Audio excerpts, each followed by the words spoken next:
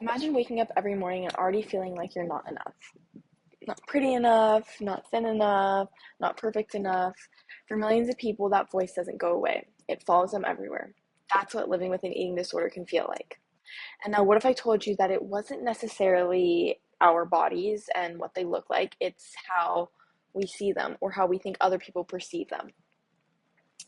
Today, I want to talk to you about eating disorders and what they are, what causes them, and why understanding them can literally save lives. A lot of people think eating disorders are just about food or wanting to be thin, but they're actually about something much deeper: feelings of control, self worth, and pressure from society, because there's a lot of it. Eating disorders affect people of all shapes, sizes, ages, and genders. According to the National Eating Disorder Association, over 28 million Americans will experience an eating disorder at some point in their life.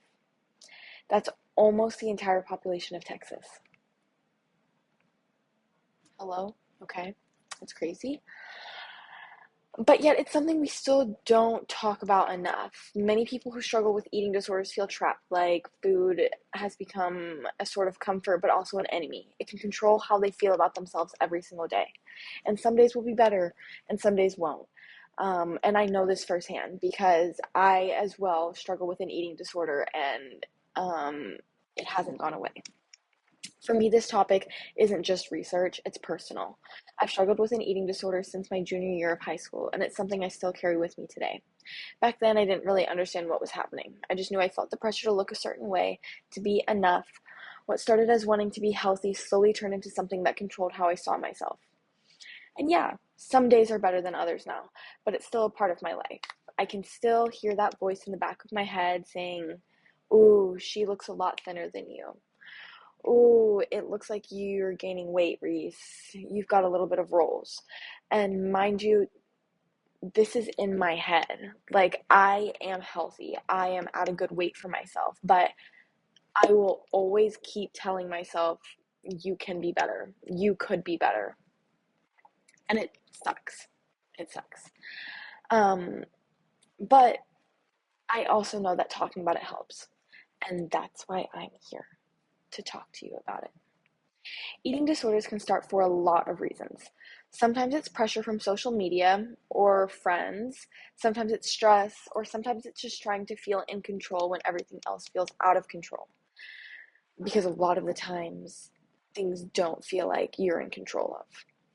And in today's world, we see so many messages telling us that we are not enough unless we look a certain way. But those pictures we compare ourselves to, they aren't always real. And that's something I wish I had understood sooner. Like, you see the TV shows growing up of the girls. They look so beautiful. They're like, everything about them is perfection. They're thin. Their hair looks great. Their makeup looks great. It's all around like, that's what I want to be. But that's not real. That just can't be real. You can't have a perfect world. It just doesn't happen. We can stop judging people based on their size or what they eat because we never know what someone's going through. We can check in on our friends even when they seem fine, which is a term I like to use a lot. "Oh, I'm fine. Don't worry, I'm good. I'm okay. I'm fine. Trust me, like, really, I'm fine. Like, you don't have to worry about me." Are common sentences I like to use a lot. And we can remind each other and ourselves that our worth has nothing to do with a number on a scale. Okay? I, for the longest time, didn't even know what a healthy weight was. I just didn't think that you were supposed to have fat. Like, I thought that that was like a no, no, no.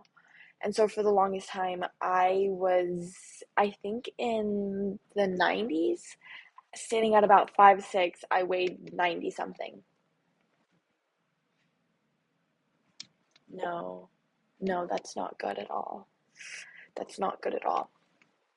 Um, Eating disorders are not a choice. They're real, serious mental health conditions that deserve compassion, not judgment. And even though I still carry my eating disorder with me, I've learned that recovery doesn't mean you're completely fixed. It means you're learning to love yourself again, little by little, day by day. So if you're listening to this and you're struggling, please remember you are not alone. You are enough. You always have been. And maybe, just maybe, being kind to yourself can be the first step towards healing. Thank you so much for listening to my TED Talk, and I hope you guys have learned a little bit about me and about where I'm coming from this and how detrimental it really is to know more about eating disorders. Have a good night. Bye. Thank you.